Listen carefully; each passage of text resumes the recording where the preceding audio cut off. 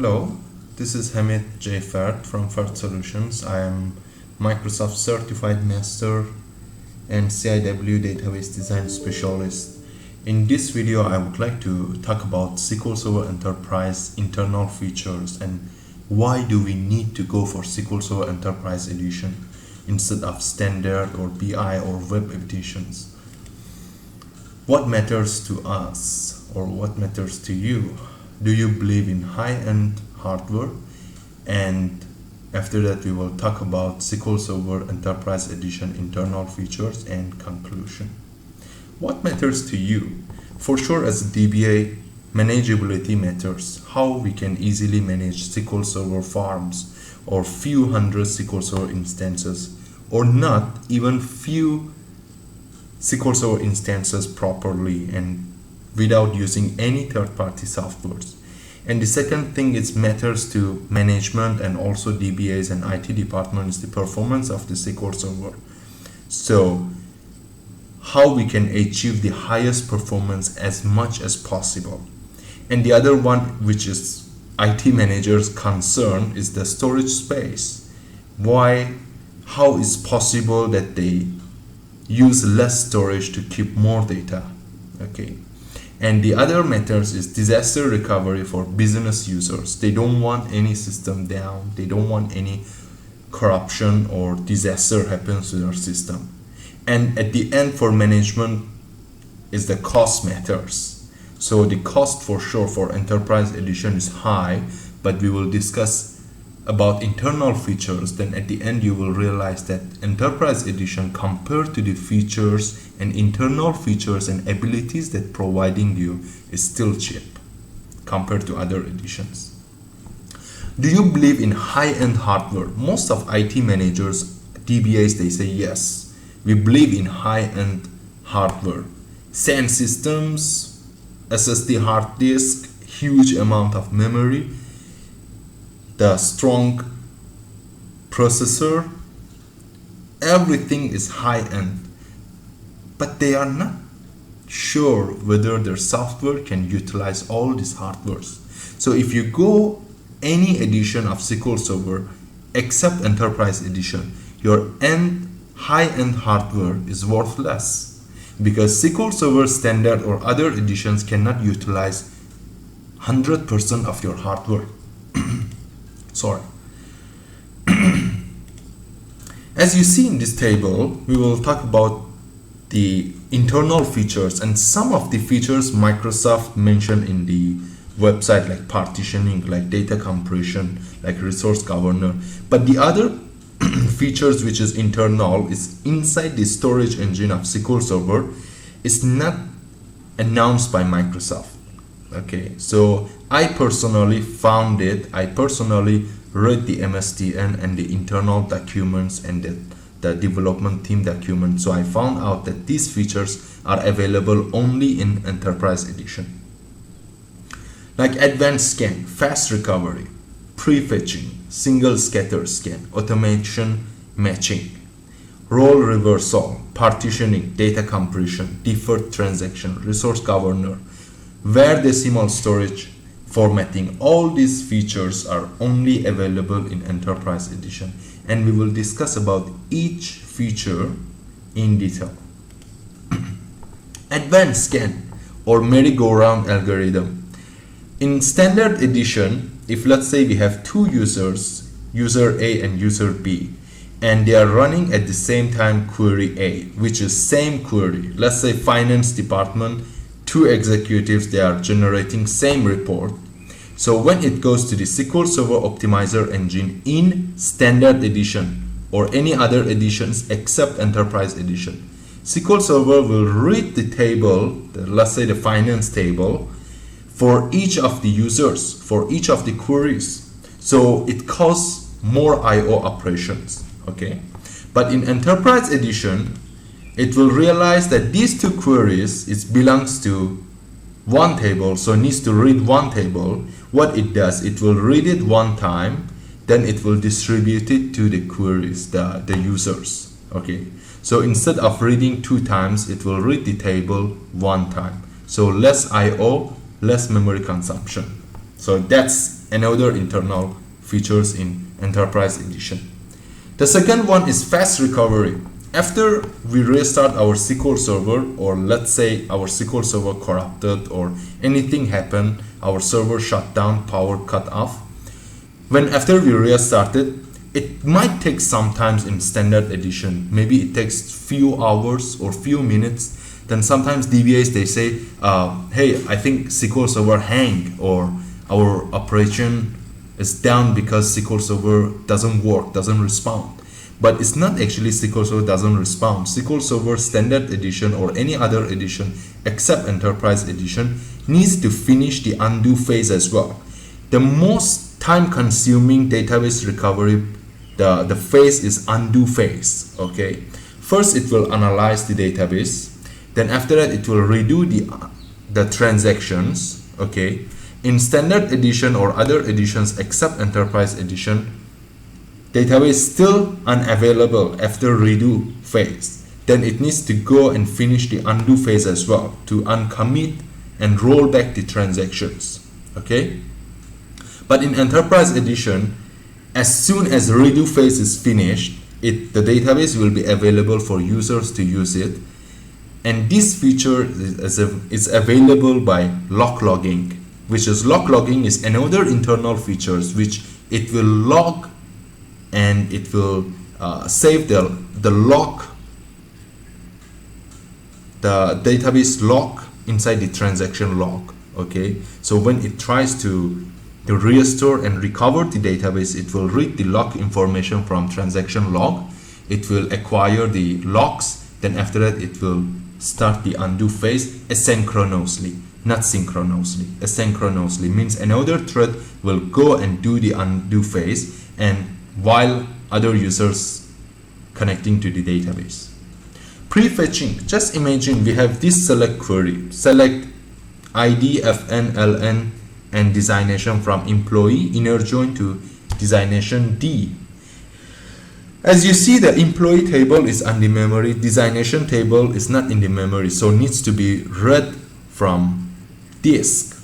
So what SQL Server standard except Enterprise edition does, it will read the employee table first, then after that it will read the designation table second. So it goes by order. But in Enterprise edition, it will realize that, hey, we need two tables. Employee is in the memory currently and designation is in the disk. So designation is the second table and we need it. So what it does, it will read the designation table asynchronously from the disk and load it into the memory. So we don't face any delay to get the result set. So it will increase the performance and it will utilize the hardware. Single scatter scan. In any edition except Enterprise edition, when let's say we have one table which has a lot of pages, okay, and the page might not be in an order, in the physical order. So just imagine, for example, page number 308, 465, 488, 489. They are continuously together in one place of the hard disk. Okay, so SQL Server supposed to read it in order, means 308, then after that 309, and so on until it reached 365, and so on until it finished the table. But it takes long time and it takes a lot of IOPS, okay, IO operations. So when a lot of IO operation, as you know, the SQL Server is not the only application that using the hard disk. So every time that the IO operation happens, SQL Server needs to wait until other application and Windows allow that SQL Server to use the IO.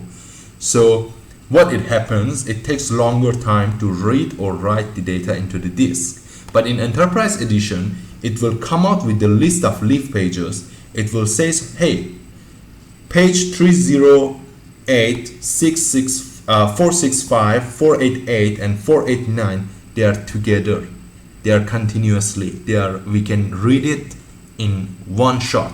So it will bound it, it will group it, and it will read all the data or write all the data together. So instead of few IO operations, it will do it within one IO operation. So it will utilize and increase the performance of your hardware. The other one is automation matching, which other editions except Enterprise Edition doesn't have this feature. Just imagine we have one table which has, as you see here, we have computed column, persisted, and we have this query from application, which is same as computed column, the expression.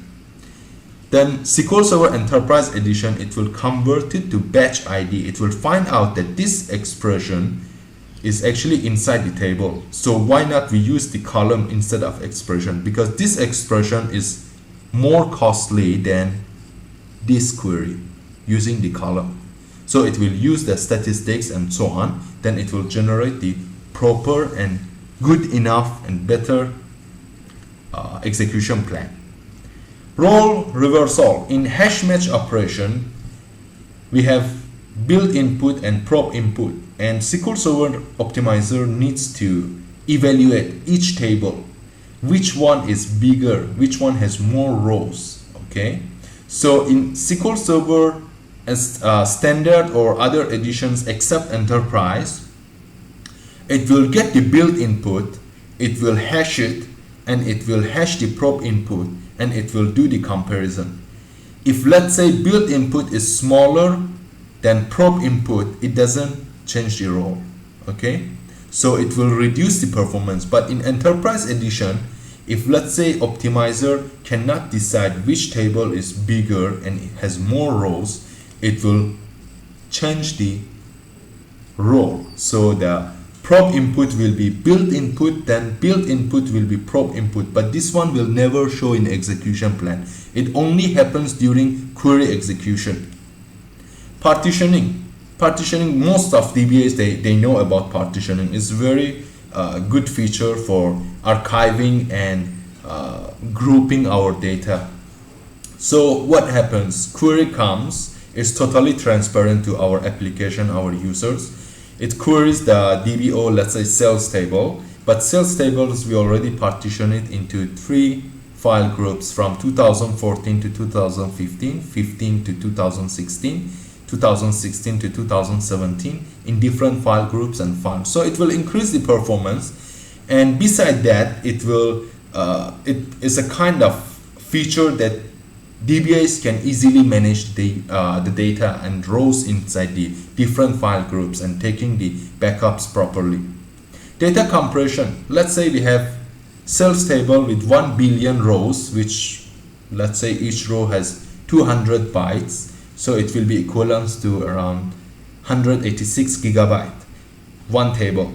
And as you know, SQL Server tables can keep up to 180 terabyte data, one table, and one database up to 512 petabyte. So the data pages is huge. So after we do the comparison, we can reduce it to 108, up to 40% compression. Okay, but sometimes it doesn't work. It really depends on what kind of data type you use and what kind of table you want to, what kind of comparison mode you want to use, and what kind of data type has that table. So, but so far based on my experience, I did compression up to 40% also. Deferred transactions. Sometimes our transactions get corrupted in transaction log. And in other editions except Enterprise Edition, when it tries to recover and start up the database, what it does, it will roll forward the transactions. If the transaction during the roll forward phase uncommitted, so it needs to roll it back. So if it goes to the rollback phase and the transaction cannot be rolled back, means the transaction inside the transaction log is not exist. Okay, it means it was in the transaction memory, but before it flushed into the transaction log, it corrupted or server goes down or power cut off. So we don't have transaction log, transaction record inside our transaction log file. So what happens? It will crash. So in other editions except standard edition, the database will be corrupted, and it will never start up. It will start up to fail, okay? But in Enterprise Edition, it will skip that transaction and it will start up the database. So you will never face database corruption in SQL Server Enterprise Edition unless it's the fatal corruption or metadata corruption. Resource governor. A lot of my clients, they ask, sometimes we use the finance application, we generate one finance report, then other systems goes down because the database SQL Server is very heavy, so it doesn't respond to other applications. In Enterprise Edition, you can use this feature called Resource Governor. You can mention that DBA only maximum uses 12 GB of memory, maximum 2 logical cores, and maximum in 2016, in SQL Server 2016, you can even mention how many I/O operation per second you can have it. So right now we have here DBA and DBB. As you see, DBB is 24 gig, 4 logical cores, and 2000 I/O per second. So these two applications, they have their own boundary in terms of using the hardware resources. So this feature only comes in SQL Server Enterprise Edition, which is very useful, very useful. The other feature which is internal feature, is Vardecimal storage formatting. Just imagine you are having one table which keeps our customers saving or credit, okay? So what we need to do, we need to choose the saving column as decimal, let's say 18. So it will keep 18 decimal digit, then after that floating point, then the floating decimals. So just imagine we have 50,000, 97 billion, and 500. So each of it consumes in other editions like standard edition and other editions except Enterprise Edition, it will use 20 bytes because we choose the decimal 18. Okay, then decimal 13. Then after we enable the Vardecimal storage formatting feature in Enterprise Edition, it will change it to 5 bytes, 20 bytes, 5 bytes. With this feature, you can save a lot of space if you are using a lot of numeric and decimal data types. But you need to make sure if you are doing calculation on this type of columns, this type of data, then you might face some performance degradation. So at conclusion, after you heard about these features, internal features, and how SQL Server can utilize your hardware, do you still believe that SQL Server Enterprise Edition is expensive, or you think that it's fair enough compared to the features? Thank you very much. I hope that I changed your mind regarding SQL Server Enterprise Edition. So it's not expensive, it's just fair. Thank you and have a great day.